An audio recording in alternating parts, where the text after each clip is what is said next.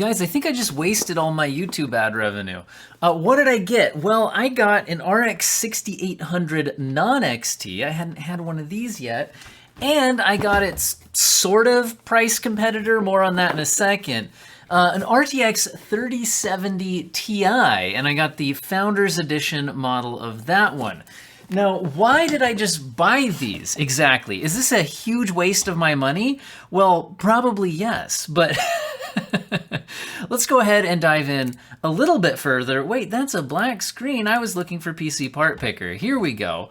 Now, let's talk a little bit about pricing on these cards and a few of the features and things that's useful to know.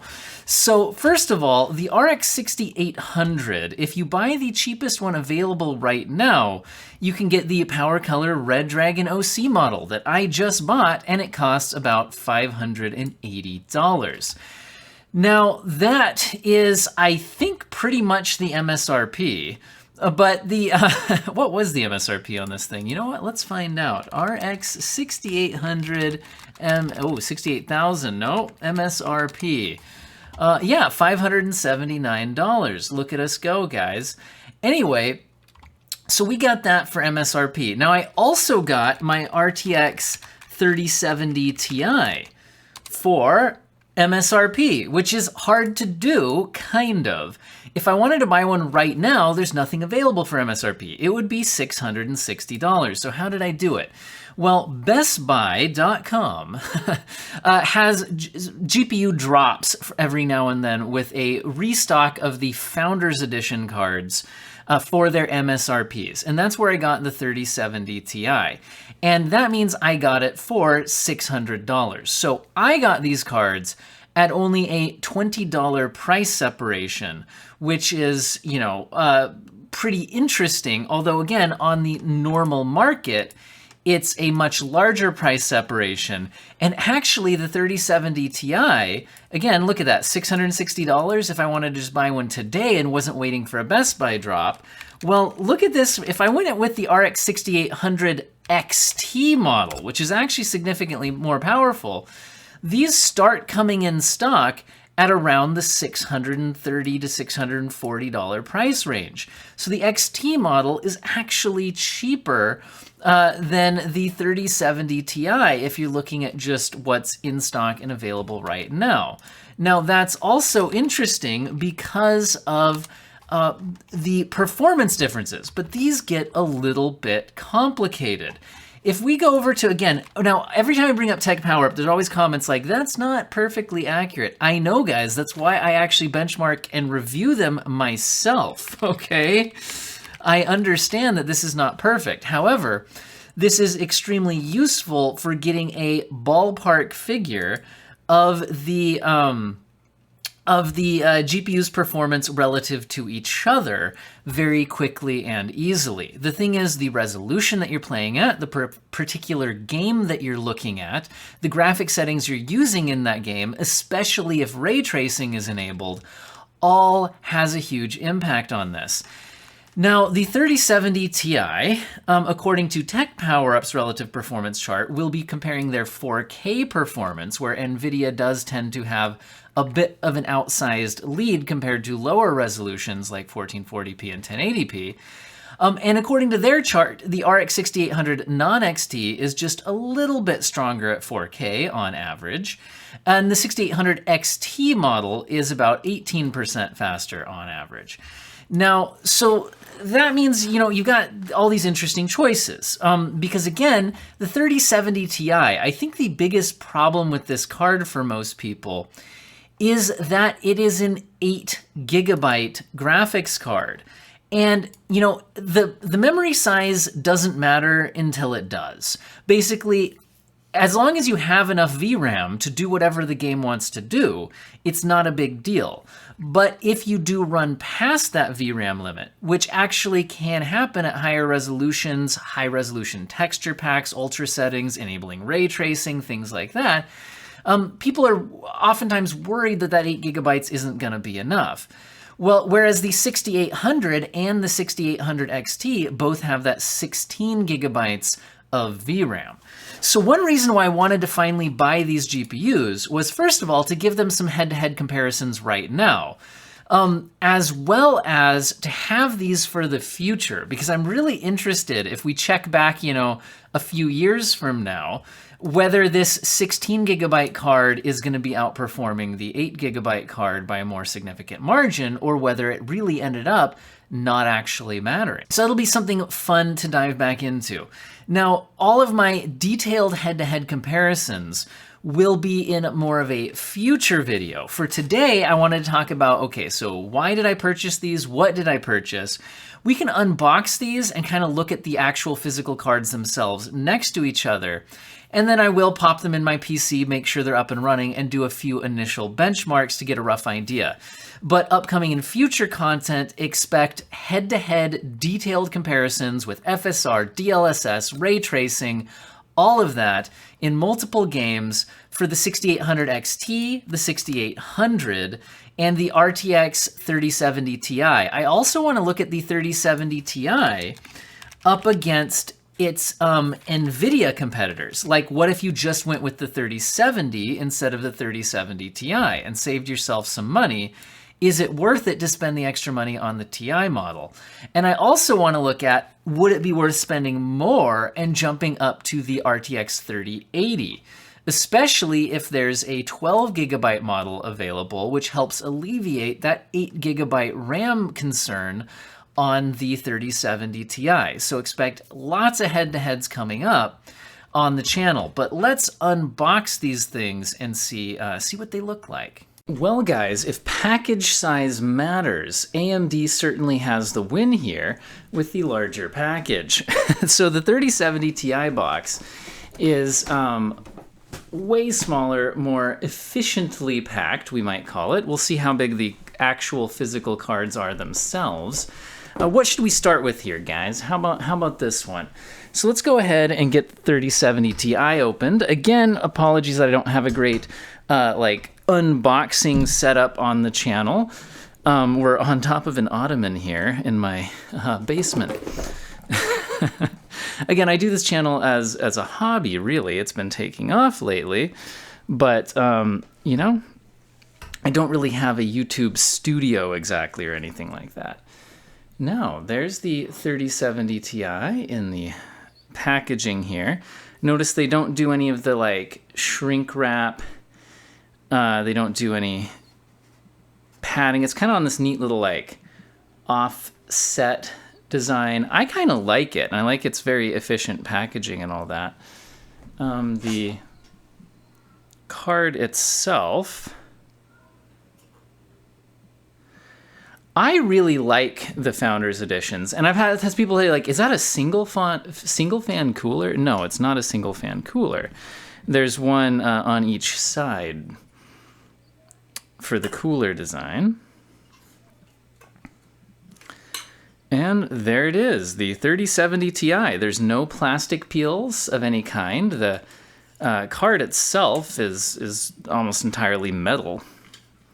It feels really weighty and nice to hold. I really do like these designs, but I mean, that is really pretty much it. I think that somewhere in here, we will have, so you'll need this adapter because there's the 12-pin adapter here, but most power supplies wouldn't currently have that. So they have the little 12-pin adapter that then goes out into two 8-pin connectors from your power supply. In the future, power supplies might have more of these.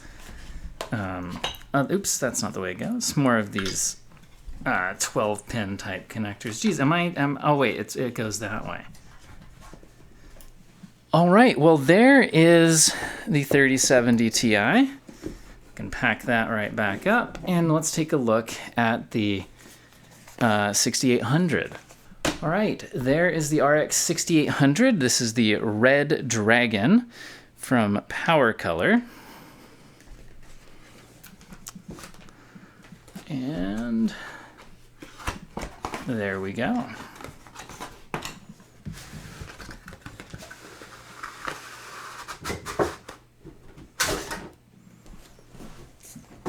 There's the black box.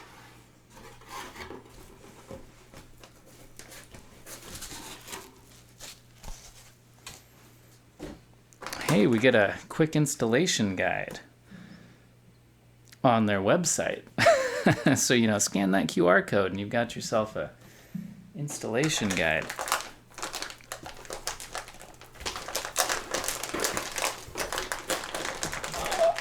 Seems a lot more like a traditional GPU packaging. Tucked in a bunch of foam in a anti-static bag.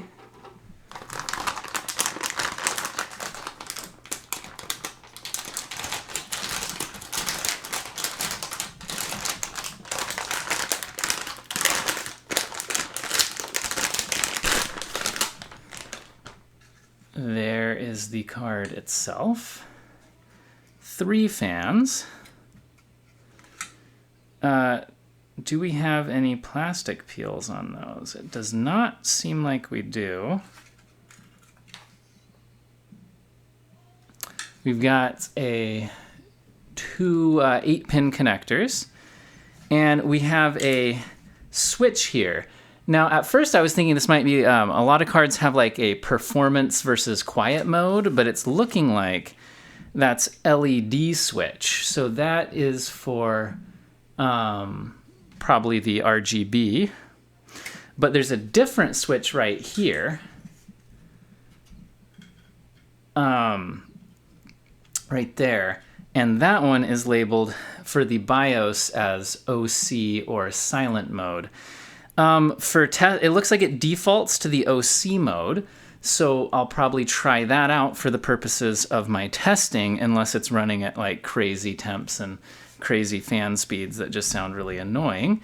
I usually benchmark my GPUs at their out-of-the-box settings.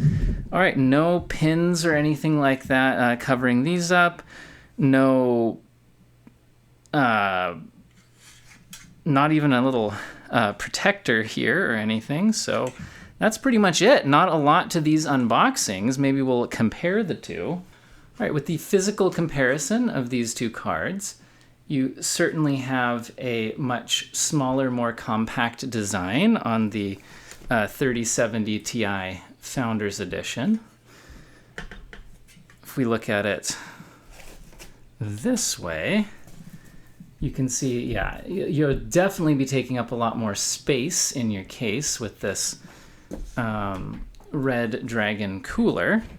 So there you go. But I mean, I really like the non-gamery look of the Founders Edition cards on NVIDIA.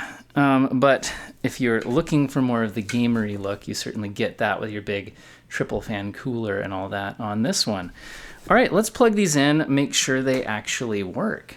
All right, we've got the RX 6800 fired up first. Let's benchmark it, although I think I will pop open and show you I did enable Smart Access Memory. And other than that, I'm leaving everything at the default settings, although remember we had the BIOS switch that had a silent mode or an OC mode, and I went ahead and left everything at the what was it? The OC mode, because that was the default setting, and I usually just benchmark the default settings. Let's go ahead and try 1440p Ultra settings. Let's make sure that FSR is turned off. This game has FSR 1.0 and DLSS, although there's mods to enable FSR 2.0. I don't generally, in my benchmarking, use the FSR 2.0 mods because that's a mod. I'm hoping the game actually gets official FSR 2.0 support sometime soon. But Cyberpunk at the Ultra settings is extremely demanding, even at 1440p for the most powerful GPUs. So let's go ahead and see how this one does. I also want to just double check that it seems like everything is boosting and cooling the way it should, since this is the first time we're using this GPU. Overall, yeah, getting around 2300-ish megahertz, right? Getting close to that. The GPU staying in the low 60s. and I don't hear any extreme amount of fan noise. I've had some people request that I add the fan noise up to the stats here. I had to decide which stats I wanted to display for my side-by-side comparisons because only so much fits on the screen at once. I've settled on the GPU temperature, the usage percentage, the clock speeds, the watts, the GPU memory usage, and, the memory speeds, CPU temps, and percentage, all of that. You just can't fit everything really on the screen all at once for a side-by-side. But anyway, it's looking like our average for 1440p Ultra settings with no upscaling is 76.11. We had a brief dip below 60 FPS, but overall was looking quite good at those settings. Now, the main disadvantage that we're going to see on this AMD GPU compared with the NVIDIA competitor is certainly going to be the ray tracing performance. So why don't we go ahead and get a quick run with some ray tracing enabled just for the comparison purposes. We'll slide it on to Ray Tracing Ultra, and I think that's going to absolutely crush our performance here. Let's make sure once again that FSR is actually off. I've also noticed on the Cyberpunk benchmarks, when you change settings, a lot of times they don't actually apply. But if I go to one of these settings like FSR or ray tracing, you can then, when you change them, get the apply button.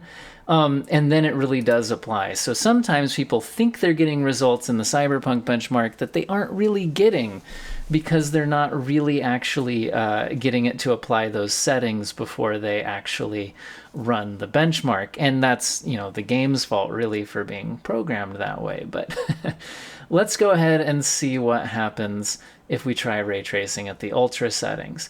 Well, we're certainly not getting playable frame rates. We're down here at 19 FPS, down in the teens. And again, that's Ray Tracing Ultra, though. This is using both the local shadows as well as the sun shadows and reflections and the lighting up at the Ultra setting. The game does feature a psycho lighting setting that is not enabled just by going to the RT Ultra preset. So you actually can turn it up even a little bit higher than this. But basically, not even getting a 30 FPS experience here at 1440p with the maxed out ray tracing settings. However, it's not like the I'm expecting the 3070 Ti to just be crushing maxed out 1440p ray tracing either, although it will be interesting to get that comparison. And again, in my full head-to-head benchmarks, we're not just going to look at the 6800 up against the 3070 Ti. I'm also looking at the 6800 XT against the 3070 Ti since they have similar current pricing. But there we got our average stats here. But overall, it looks like the GPU is actually up and running just fine. I'm curious if we did enable FSR 1.0 to the quality, ultra quality setting, what that would happen to our ray tracing performance. I guess we could test that out here for those who are interested before we swap in the 3070 Ti. Should we leave it at the RT Ultra? Or should we just try, let's just try doing Ultra settings, but not RT Ultra. We'll manually enable ray tracing. What if we just try ray traced reflections? And we enable FSR Ultra Quality. So I'm curious what happens if we give it a little bit more of a chance to run some ray tracing. But to be honest, guys, I really don't think that if you're interested in ray tracing as a serious concern on your purchasing decision, that buying this generation of AMD GPUs makes a whole lot of sense. At the higher end, the NVIDIA GPUs can offer a better experience. But even at the lower end with the NVIDIA GPUs, I still don't think ray tracing makes a lot of sense given the frame rate hit. Here we're getting more actual playable frame rates. But again, this is relying on upscaling as well as turning down the ray tracing to just include the ray traced reflections rather than all of the ray traced effects. Personally, the ray traced shadows to me, both local and sun shadows, They certainly look different, and I'm sure they look more realistic, but that doesn't necessarily mean artistically look that much better, whereas the reflections objectively look better. And then also the ray traced lighting effects do look better, although the effect is kind of subtle to point out in like side-by-sides and things like that. But overall, I feel like we've given this GPU enough of a workout that I'm certain it's working. The cooler seems to be keeping it very well cooled despite being on the OC BIOS rather than the silent BIOS. I'm not really hearing the fans over myself talking or anything like that. We almost got that 60 FPS average, but we didn't with those settings. Again, I don't think ray tracing makes a lot of sense on the AMD GPUs, but let's go ahead and try out the RTX 3070 Ti and see what happens there. All right, we've got the RTX 3070 Ti in here now. Now, I do want to show you, I do have resizable bar enabled. I don't know if that's actually showing up on the camera, but in NVIDIA, you have to check it in their control panel under system information. It is enabled. I check that every time I swap out the GPUs because I know sometimes even if I keep it enabled in my motherboard, it likes to lose the lose the setting or whatever. It doesn't apply sometimes until I turn it off and turn it back on. Now let's go ahead and start by trying the same settings we just did on the 6800 XT, sorry, non-XT last, which was the ultra settings, plus we turned on ray traced reflections. And instead of using FSR 1.0 at the ultra quality, we'll go with DLSS at quality, which performance-wise for the boost that you get are usually pretty similar. And we'll go ahead and see the performance difference on that. I would expect that the 3070 Ti, because this is using ray tracing, is going to pull significantly ahead. But then we'll try out the ultra settings without ray tracing and see what happens. So again, the only ray tracing effect enabled here is reflections. We're up in the 70 FPS range, 60 FPS range here. This bar scene is the hardest part of the benchmark, although not the hardest part of the game. There are certainly parts of the game that are more demanding than this. And again, we are using DLSS in order to get this level of performance. So it is looking like the 3070 Ti is able to do 1440p with some ray tracing as long as you're willing to upscale it.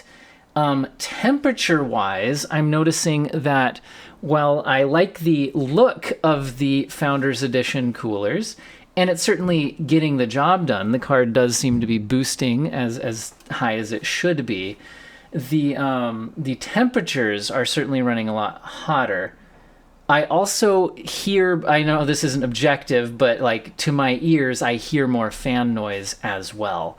So the cooler on that red Dragon from AMD certainly seemed to be doing better, but this has more power draw to deal with as you're doing it. Now our average FPS here is around 74.5 for the ray tracing settings. So there's certainly some pros and cons here for the NVIDIA GPU. We're getting a lot more ray tracing performance for sure. The DLSS upscale looks a little bit better than the FSR upscale at 1440p. There's no question about that, but it's drawing more power. It's was certainly running hotter and louder. Now let's look at just the ultra settings, and this time let's try it out with the native resolution. So remember, to make sure things are applying, I always turn it off and on and hit the apply. So we got no DLSS, we're just on the ultra settings. That's what we started out testing on the AMD GPU. So now we'll get a apples to apples comparison here of just 1440p ultra settings and see how that one goes. Because again, I think a lot of people aren't too interested in the ray tracing side of things, but at this performance level, because here's the thing, even without ray tracing, if you're not upscaling, look, we're actually seeing this dip below 60 FPS here, just at the ultra settings without ray tracing. So really, if you're not relying on upscaling, I feel like we were getting better results from the AMD GPU here for sure. Our temperature is definitely getting up into the upper 70s on this Founders Edition cooler. So again, I liked the compact design visually, but looks like, and I mean, it's not like you're not going to hurt your GPU running at these temperatures or anything like that. I'm definitely to my ear hearing more of the fan noise, though. It's not awful or anything like that, but it's definitely more noticeable to me than, if I was wearing my headphones or something like that, I don't think I'd notice it. But yeah, overall, let's get this average FPS result. So we're looking at 65.5 average with much more steep minimum frame rates and all of that. So overall, I think I've got to say that if you're not relying on ray tracing and upscaling, the 6800 does seem to both cost less money and give you better performance. But in my future head-to-head comparisons, we'll look at a lot more details, more games. Cyberpunk certainly isn't the only game worth testing out here or anything like that. We'll also want to see the 3070 Ti up against the normal 3070, up against the 3080, the 6800 XT model. So there's lots more to test out here, which means I've got my work cut out for me to do a whole bunch of benchmarking. So it could be a few days before you start to see the videos for these comparisons. By the way, I'm also still working on more head-to-head comparisons for my 6600 XT, which now that it's dropped to the $300 point, is a very interesting 1080p GPU. Hope to see all of you guys next time, and have an excellent day.